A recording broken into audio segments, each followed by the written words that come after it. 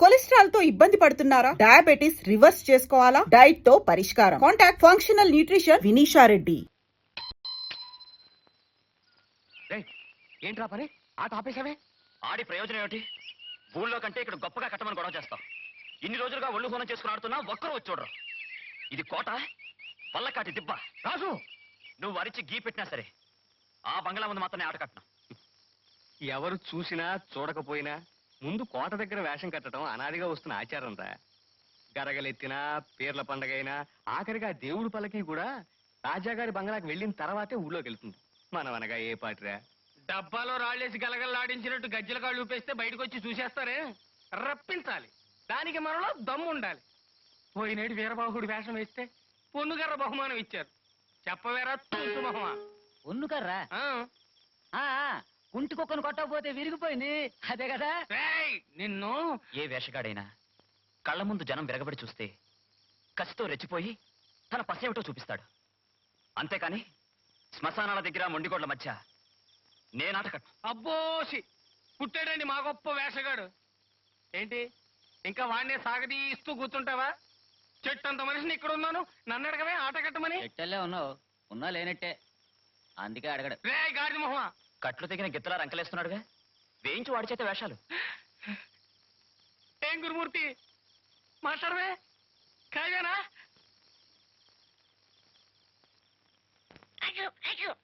అలా కాదు రాజు. అలాగే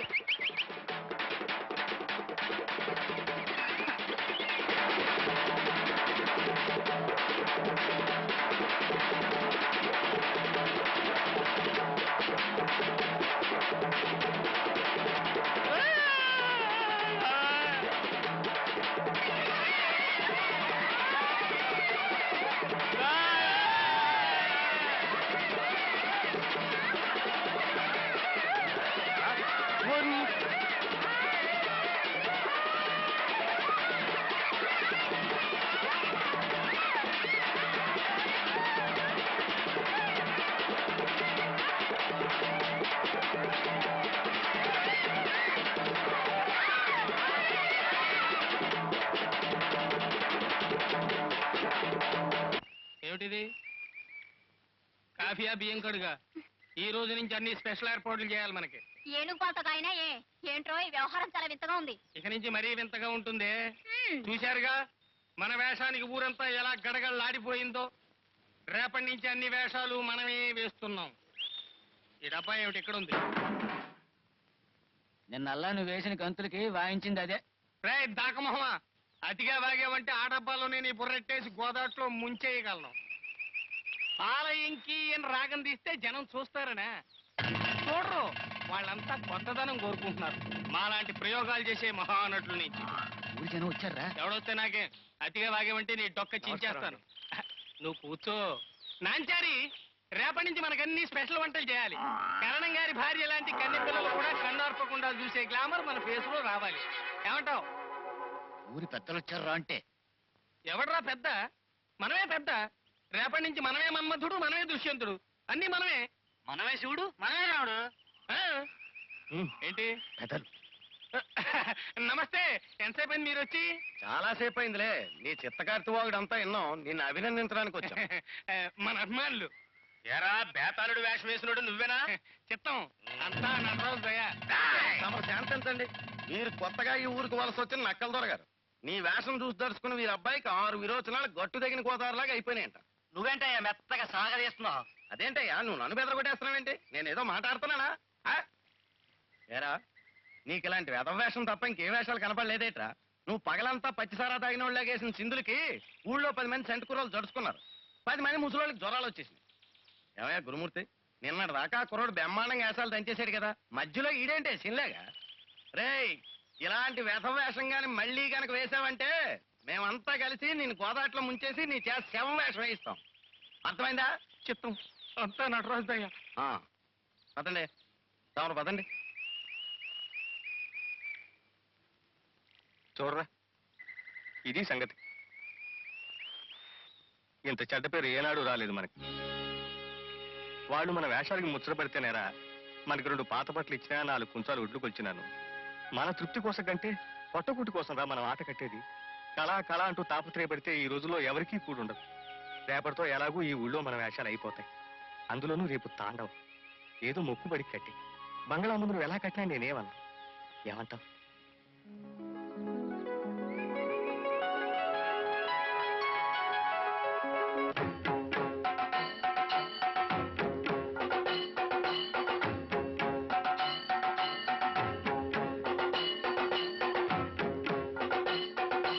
వచ్చినట్టు పొద్దుటలా ఊగిపోయేవిట్రా?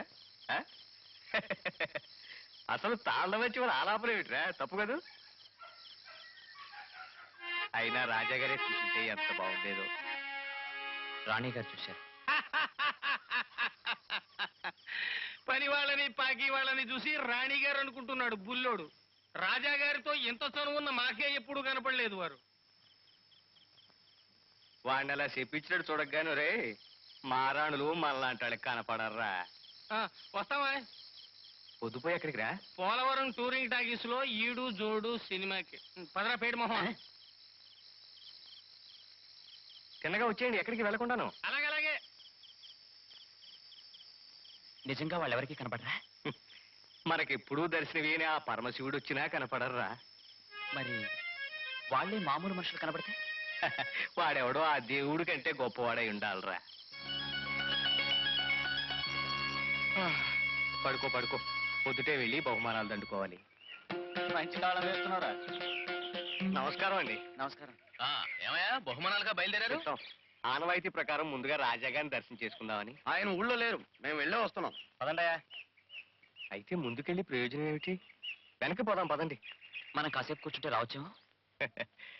బంగళాకెళదామంటే చిరాకుతో చిందులేసేవాడు వీడేమిటి వాళ్ళు ఇలా మాట్లాడుతున్నాడు? ఎందుకన్నాడు ఏమిటో. పదండి పోదాం.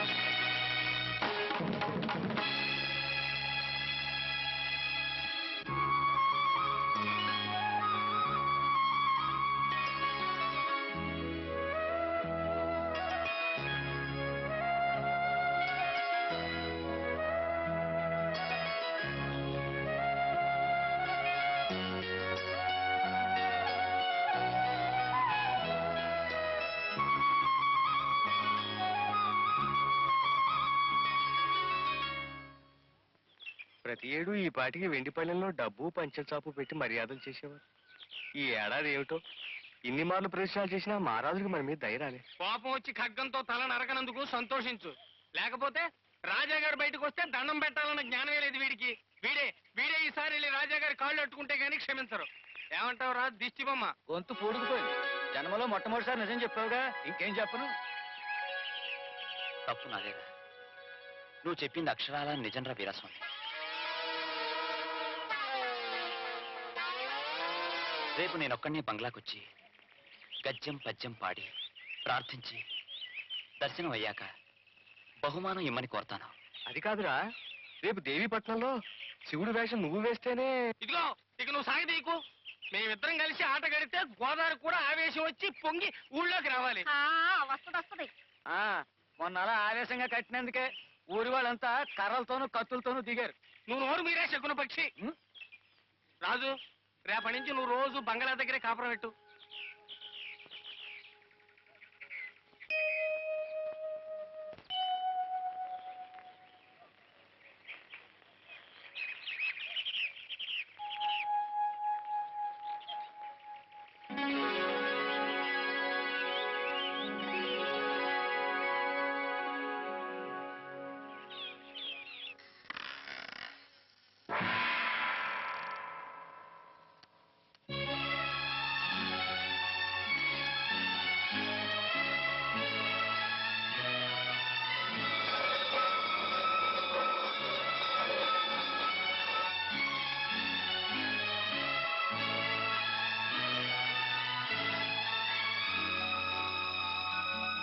ఈ బహుమానాన్ని నేను ఊళ్ళోకి తీసుకెళ్తే ఎన్ని గుండెలు అమ్మో! రాజుగారింటి దొంగతనం చేయలేదండి. దొంగతనం నేను దొంగతనం చేయలేదండి.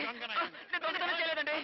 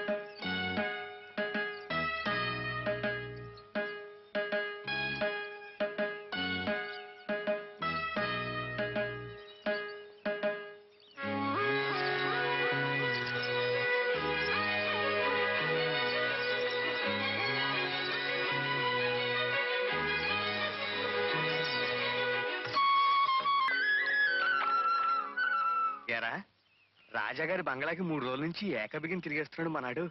ఇవాళనా ఇచ్చుంటారంటావా బహుమానం? ఈవేళ కాకపోతే ఇంకో 2 రోజుల్లో ఇస్తారు, నువ్వేం వర్రీ అయిపోకు. అది కాదురా, రేపు శివుడి వేషం ఉందిగా. పోనీ నువ్వు బంగ్లాకెళ్ళు, వాడిని మాతో తీసుకెళ్తాం. ఆ శివుడి వేషం కోసమే కదా 3 రోజుల నుంచి మన పడవటింటి ముందు చెట్టు కొమ్మలెక్కి దూకి మరీ ప్రాక్టీస్ చేస్తున్నాను. ఇది హనుమంతుడి వేషం కాదు, నువ్వు చెట్టు కొమ్మలకి దూకడానికి రారా. నిన్న కిష్టుడు వేషం వేసి హరిశ్చంద్రుడు పద్యం పాడాడుగా. మ్మ్. రేపు శివుడు వేషం వేసి కుప్పిగంతులు వేస్తాడు. ఈడొద్దు బాబోయ్, ఈడో నోరు మీరే గబ్బిల మొహమా. మూడో కంటికి తెలియకూడని పచ్చి నిజాలు నీతో చెబుతున్నందుకు ఆశ్చర్యంగా ఉంది కదూ. ఈ చీకటి గోడల మధ్య బ్రతుకుతున్న నేను నా జీవితంలో మనసు నోరు విప్పి మాట్లాడుతున్నది ఈ రోజే. అది నీతోనే. ఈ పళ్ళ్యాన్ని బహుకరించింది ఎందుకు ఇప్పుడు అర్థమవుతుందంటే. వద్దండి, ఈ పగటి వేషగాడు తన ఆటకి 4 చప్పట్లు కోరుకుంటాడే తప్ప బహుమానాలు పట్టుకావంచాలు కాదండి. దయచేసి లోపల పెట్టండి. మా బహుమతిగా అవుతులే, నా జ్ఞాపకంగా తీసుకో. సరే, అయితే దీని మీద నా జ్ఞాపకంగా అని రాయండి. అవును, అడగడం మర్చిపోయాను. ఈ పంజరాలు ఏమిటండి? ఇవా ఒకప్పుడు జనంతోనూ పనివాళ్లతోనూ నిండి ఉండేది ఈ బంగ్లా. బయట నుంచి ఎవరైనా వస్తే పనివాళ్ళు వచ్చి ఆ వార్త రాజాగారికి అందజేసేవారు. ఇప్పుడు పని మనుషులు దాసీలు లేరు కాబట్టి ఈ పక్షుల్ని పెంచుతున్నారు మా అన్నయ్య. ఈ వరిస్తే బయట నుంచి ఎవరో పిలిచారని అర్థం అన్నమాట. అప్పుడు ఆయన బయటకు వస్తారు. బానే ఉంది కానండి, అసలు ఈ బంగ్లాయే ఓ పెద్ద పంజరం. అందులో మీరు ఒంటరి చిలక, మళ్ళీ ఇందులో పక్షులు వాటిని బంధించే పంజరాలునా? చూడండి అమ్మాయి గారు, పుట్టడం చచ్చిపోవడానికని మనకు తెలుసు. మధ్యలో ఏమిటండి ఈ బంధాలు బాధలును? వాటికి నాకు స్వేచ్ఛనిచ్చే కాలం ఎప్పటికైనా వస్తుందేమో. ఆ, సరే, ఇప్పుడే వస్తాను. కాలం